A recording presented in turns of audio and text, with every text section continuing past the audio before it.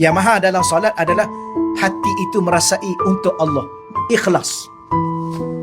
Sebab tu rukun pertama dalam seluruh ibadah adalah niat. Niat itu berlaku di hati.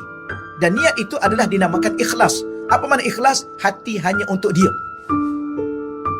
Jadi itu rasa. Maka sekarang saya berbicara tentang soal bicara rasa. Jadi dalam banyak-banyak rasa. Tapi kalau saya tanya tuan-tuan kan, ada tak suami dalam hati puan-puan? Rasa, ada tak rasa ada suami dalam hati ni? Ada tak rasa anak dalam hati kita? Ada rasa apa terhadap suami? Rasa cinta dan rasa rindu kalau berjauhan. Ada apa rasa terhadap isteri? Ada rasa kasih, rasa sayang. Ada apa terhadap anak-anak? Macam-macam rasa lah.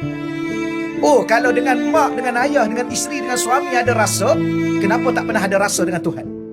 Yang mencipta suami, yang mencipta isteri, yang mencipta anak-anak, yang memberi kehidupan kepada kita selama yang kita lalui hidup ini. Yang mencipta kita, yang membantu kita, yang menolong kita, yang menyusun jalan cerita hidup kita. Tuan-tuan, saya selalu sebut, indah jalan cerita hidup kita. Tapi kita aja yang mungkin tak hargai jalan cerita kita.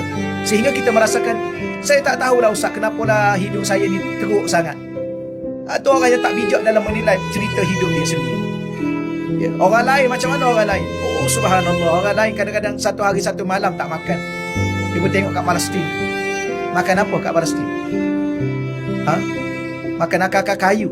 Duduk kat mana orang Palestin? Duduk dalam runtuh-runtuhan bangunan, batu-batu.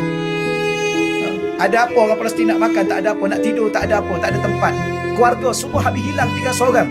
Tapi kita dengan apa yang ada, suami, ada isteri, ada anak-anak, ada kenderaan, ada rumah, ada semua, boleh makan, minum, sedap semua sekali. Oh, masih lagi mengeluh. Apa masalah kita ni sebenarnya? Kalau Allah ambil satu baru kita tahu. Sebab tu bersyukurlah dengan apa yang ada. Rasailah kehadiran Allah dalam diri kita, dalam hidup kita, kerana dialah yang menentukan segala-galanya.